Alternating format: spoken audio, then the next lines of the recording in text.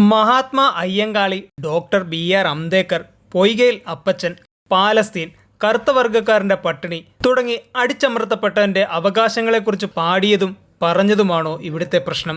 മലയാള മാധ്യമരംഗത്തും മറ്റ് സാമൂഹ്യ മാധ്യമങ്ങളിലും ഏറെ വിവാദങ്ങളോടെ ചർച്ച ചെയ്യപ്പെട്ടുകൊണ്ടിരിക്കുന്ന വിഷയമാണ് റാപ്പർ വേടൻ. അയാൾ തെറ്റു ചെയ്തെങ്കിൽ ചെയ്ത തെറ്റിന് ശിക്ഷ കിട്ടണം. പക്ഷേ ഒറ്റ ദിവസം കൊണ്ട് വേടനെതിരെ ഒരു മാധ്യമം മാത്രം നൽകിയത് 40-ലധികം വാർത്തയാണ്. മുൻപുള്ള ദിവസങ്ങളിൽ ലഹരിക്കേസിൽ ഉൾപ്പെട്ട് പിടിയിലായവരെക്കുറിച്ച് മറന്നുപോയ പോലെയാണ് ലഹരിക്കേസിൽ അറസ്റ്റിലായ വേടൻ എന്ന ഹിരൺദാസ് മുരളിയെ പുലിപ്പല്ല് കഴുത്തിലണിഞ്ഞു എന്ന കുറ്റത്തിനാണ് വനം വകുപ്പ് കേസ് രജിസ്റ്റർ ചെയ്ത് അറസ്റ്റ് ചെയ്തിരിക്കുന്നത്. ഇതിന് പിന്നാലെ വേടനെ അനുകൂലിക്കുന്ന പക്ഷവും വേടന്റെ ആരാധകരും വനം വകുപ്പിനെതിരെ വലിയ രീതിയിലുള്ള വിമർശനങ്ങളുമായി രംഗത്തിറങ്ങിയിരിക്കുകയാണ്. പുലിനഖം കഴുത്തിലിട്ട് പബ്ലിക്കായി നടക്കുന്ന മറ്റ് സെലിബ്രിറ്റീസിനെ എന്തുകൊണ്ട് അറസ്റ്റ് ചെയ്യുന്നില്ല?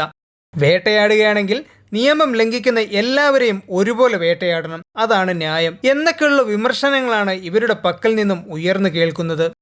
നീതിയും ന്യായവും എല്ലാവർക്കും ഒരുപോലെയെങ്കിൽ മോഹൻലാലിന്റെ ആനക്കൊമ്പ് കേസും സുരേഷ് ഗോപിയുടെ കഴുത്തിലുള്ളത് പുലിപ്പല്ലാണ് എന്നുള്ള ആരോപണവും റാപ്പർ വേടനെതിരെ എടുത്തിരുന്ന വനം വകുപ്പ് നിയമപ്രകാരമുള്ള കേസും എല്ലാം തുല്യം തന്നെ. എന്നാലിപ്പോൾ പുലിപ്പല്ല് കേസിൽ റാപ്പർ വേടൻ എന്ന ഹിരൺദാസ് മുരളിക്ക് പെരുമ്പാവൂർ 1-ാം ക്ലാസ് മജിസ്ട്രേറ്റ് കോടതിയാണ് ജാമ്യം അനുവദിച്ചത്. വനം വകുപ്പ് നിരത്തിയ വാദങ്ങളെല്ലാം തള്ളിയാണ് ജാമ്യം. മനഃപൂർവ്വം തെറ്റ് ചെയ്തിട്ടില്ലെന്നും സമ്മാനമായി ലഭിച്ചത് പുലിപ്പല്ലാണെന്നറിയാതെ ധരിച്ചു എന്നും വേടൻ കോടതിയെ അറിയിച്ചു. ജാമ്യം ലഭിച്ചാൽ തെളിവ് നശിപ്പിക്കുമെന്ന വാദമാണ് വനം വകുപ്പ് ഉന്നയിച്ചത്.